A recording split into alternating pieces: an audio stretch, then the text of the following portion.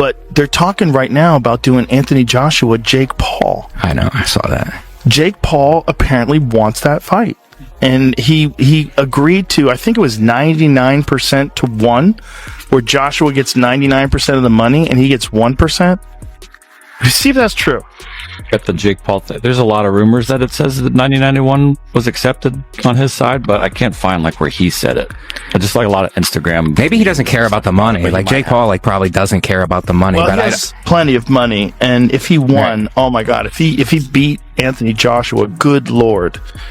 I mean, that's a big if. Right? I mean, Anthony Joshua, I do not Olympic gold medalist, former heavyweight champion of the world. What he did to Francis Ngannou, like, good Lord. Yes. Do you want that smoke? Yeah, I just think it's all about the promotion or whatever. I have no idea what the actual motivation is for that fight's not competitive. That fight's not competitive at all. Well, it's a dangerous fight. Yeah. Because Joshua's going to try to make an example out of him, for sure. And will. I mean, Anthony Joshua's one of the biggest one-punch KO artists ever. Yes. I mean, he's a one-punch fucking night-night guy. Yeah. You know, he's a great boxer, very skillful. Yeah. The Ngannou fight, we all thought, it's like, Ngannou with Fury. It's like, wow, this guy's in the mix now. He's in the mix. Let's see what happens. And it's like, oh, okay.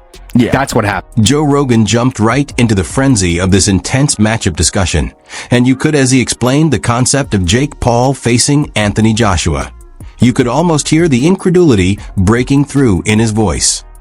The AJ Jake Paul news seemed to come to a surprise for many. How close are we to making that fight, Eddie? Not that close. I mean, there are conversations. There's a lot of hurdles to overcome. But if he's serious about the fight, and if it can get made, there's a very good chance we'll do it. Is it on Netflix, and what did DAZN have to say of the fact that it made one of the hurdles to overcome?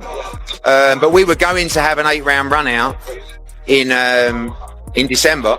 Just so happens it might be against Jake Paul. And Rogan didn't hold back once he started going.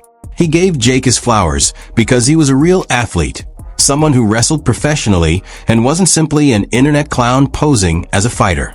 However, the topic of discussion turned to what would really happen if Jake replaced Anthony Joshua, a prime Olympic gold medalist.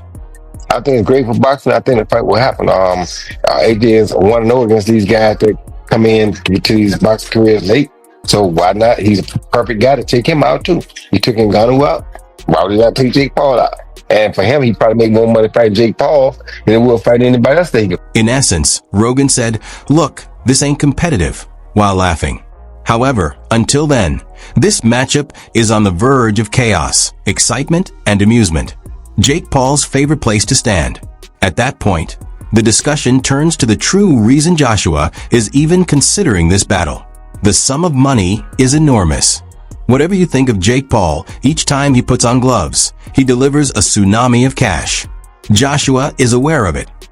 Mate, it's a great thing, so we're going to shut that Jake Paul nonsense away. AJ's going to knock him out. Jake, would it be similar, do you think, to the way AJ knocked out Francis Ngannou? Because Eddie Hearn's just said about the rage maybe AJ. It'll be worse. It'll be worse. 1 round? 1 round. But if he goes past 3 rounds, we don't know what's going to happen. Really? Yeah. If AJ goes in there trying to mess around, trying to show his boxing skills, nah. He's going to go in there and light him out. That's what we want. The legacy has already been secured. Olympic gold, unified champion, worldwide icon. But a huge payout never hurts, especially right now. Joshua had a difficult period following that difficult defeat against Du Bois. Exhausted, frustrated, and self-conscious. Perhaps there is more to this spectacle than just boxing. It's about rekindling that passion. I get it, right? If someone knocks on your door and says, do you want to fight Jake Paul for 100 million? You're like, you'd be stupid to say no. No, I don't want that 100 million for what would be and will be and should be easy work for AJ. Like, well, why are you going to turn down 100 million? Like, right?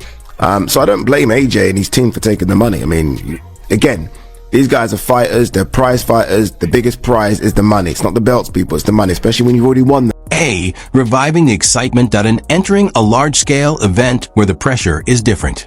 To be honest, Joshua is almost certain to knock Jake Paul's head into the cheap seats if Tommy Fury could outbox him. For AJ, this conflict may be restorative, inspiring, and financially attractive even though it may be wild and chaotic. If I can beat Jake Paul, then excuse my French, what the fuck is Anthony Joshua going to do to Jake Paul? I think my dad said that AJ could beat him with his prick, and I completely will back that up. Even if AJ had a broken arm in there, it still wouldn't go past a minute. To be quite honest with you, and as a safety aspect, there's no way that fight can go ahead. At the end of the day, my God, how good does it make me? And right when we're trying to figure out why Joshua is entertaining the circus at all. Big money, a lot of attention, and an opportunity to get past the heartache that followed Du Bois. Boom. Tommy Fury instantly begins cooking after interrupting the talk, as if he were kicking down the studio door. He basically says, look, if I can beat Jake Paul, what do you think Anthony Joshua is going to do to him? And he's saying it with that iconic Fury assurance that makes you wonder if he consumes espresso shots made entirely of pandemonium.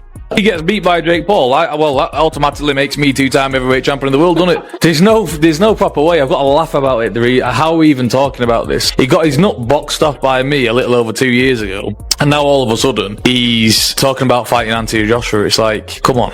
Like, you can't be serious. He can't beat me. I'm not Anthony Joshua, am I? So it's just ludicrous. Tommy is roasting, laughing, and subtly reminding everyone that Jake is unable to overcome him.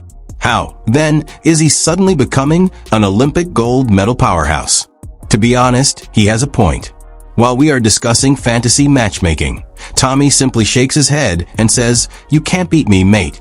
Furthermore, I'm not even AJ. It's barbaric. It's funny, and just what this whole Jake Paul heavyweight fever fantasy needed. A reality check.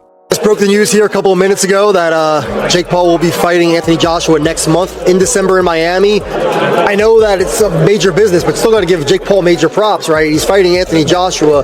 We saw what Joshua did to the last non-world-class boxer he faced, which was Francis Ngannou, and flattened him in 2 rounds last year. So I think it's fast. You could almost smell the smoke through the screen after Tommy Fury fried Jake so thoroughly. Mike Coher immediately steps in with that breaking news excitement, as if he had just run out of a burning newsroom.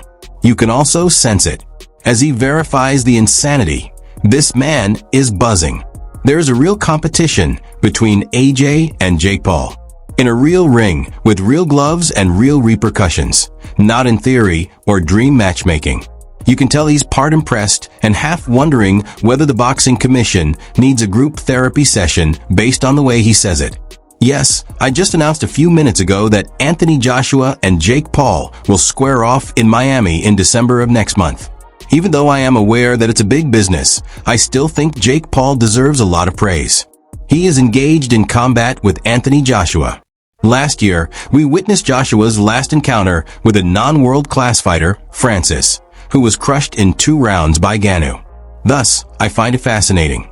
Carpenter is essentially telling us that Jake woke up one morning and decided, you know what, after attending a Netflix exhibition with Tank, disregard the warm-up. Instead, let me take on a heavyweight Terminator. And since we know why AJ took it, it all makes sense in some way. Simple preparation, a huge salary, and a low-risk, high-reward arrangement that makes accountants happy. You and I can't help but laugh at how bizarre this sport can get as we listen to Coher explain it. We're discussing legacy 1 minute, and then we're looking at the calendar and thinking, wait, this is next month. It's crazy. It's disorganized. It's the height of the boxing circus. To be honest, we're all watching with popcorn ready and acting surprised, even if we genuinely love this craziness. Is there a right to question AJ's ambition in the game when he takes fights against Jake Paul? Sure, I think that's fair for anyone to question, but me personally, I can't blame him because it's a mega payday, and it seems like it's a low risk. I think it's low risk. If Jake Paul surprises us, then fair play to him, and for AJ to get a warm-up fight in, so to speak, and make a bundle of money doing it in a high-profile event, I think it's a... The weird part is that Mike Copinger dropped that AJ while we're all still analyzing it. Oh, you thought the circus had limits? Bisping asks as he kicks the door off its hinges after Jake Paul nukes us. We move from asking, is this real, to, okay, now they're just speedrunning the sport, I promise. And Bisping is out there dissecting it as if he were narrating a documentary on the most costly dare in the world. Jake is pursuing legacy. AJ is pursuing a warm-up. And we are all pursuing answers such as how did we get from Tommy Fury to this? While Netflix sits in the corner counting fictitious replay money. You, I, and everyone else were just watching the timeline fold in on itself. Nobody knows if we should be thrilled, perplexed, or contacting customer service. It's like heavyweight boxing crossed wires with a summer blockbuster teaser. However, given all of that, both men are going to make $92 million each.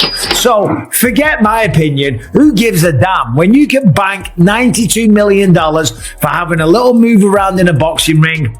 Fair play. You can't on that. The reason I say it's a win-win for Jake Paul is because, listen, if he wins, then he's beating a former heavyweight boxing world champion, certainly one of the best heavyweights of his generation. However, Bisping accelerates.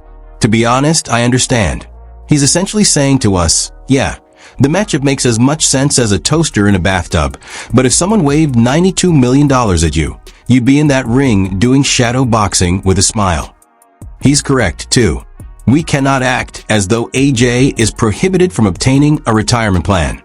Even if Jake is propelled into orbit, we cannot deny that he will turn this into a victory. We also can't seem as though we aren't paying attention, like it's Rocky versus Thunderlips 2.0. You mean the entire crew? We're all watching because the mayhem is top-notch entertainment. Whether it's an exhibition, a real fight, or a matchup that's just too tough to ignore. On the basis of confusion alone, this will smash viewership. To be honest, I'm here for every moment of the chaos. Of course, a man that is way bigger than Jake Paul. Of course, it's a win. And if he loses, it's still a win for Jake Paul because he had the balls. He was man enough. He was willing to test himself. He would prove everyone wrong, all his critics, like me. By the way, I'm not like out there on an island by myself. Everyone says the same thing. And he would potentially prove all of those critics wrong. And following all of that mayhem, insanity, and chaos. Is this the actual world? Or did a boxer faceplant after slipping on a treadmill? The bottom line is as follows. This battle is the ideal combination of strategy, spectacle, and pure chaos. You and I both know this isn't just another matchup. This is boxing picking pure enjoyment when you wake up. Jake is out here pursuing the greatest challenge of his life. Running into a task that most professionals wouldn't take on without first writing a will. AJ is pursuing a salary so enormous that it could support 2 films, 3 comebacks, and an opulent trip for his entire family. Additionally, the spectators were all strapped in like we were on the front seat of a roller coaster that was constructed by folks who very likely disregarded a safety handbook. The entire planet will be debating, laughing, dissecting, and watching slow-motion video like their case evidence regardless of how this ends. Whether Jake shocks the cosmos or AJ shoots him into the top deck like a t-shirt cannon. It's more than simply a fight. It's a moment you can't go back in time, an event, and a narrative. We adore every moment of the wild part. Right? There's no way that he loses to Jake Paul. Unless it's an exhibition match. Now, Eddie Hearn, Anthony Joshua's promoter, came out and said, we are not interested in an exhibition match. We only want a professional rules fight. And how would it work? Would it be an exhibition? No exhibition. So we're not interested in exhibition. Please share your opinions in the comments section. Who have you got? Which round? And is this full-blown cartoon energy or brilliant matchmaking? Additionally, remember to subscribe, like, and share Boxing Headquarters. I'll see you at the next one.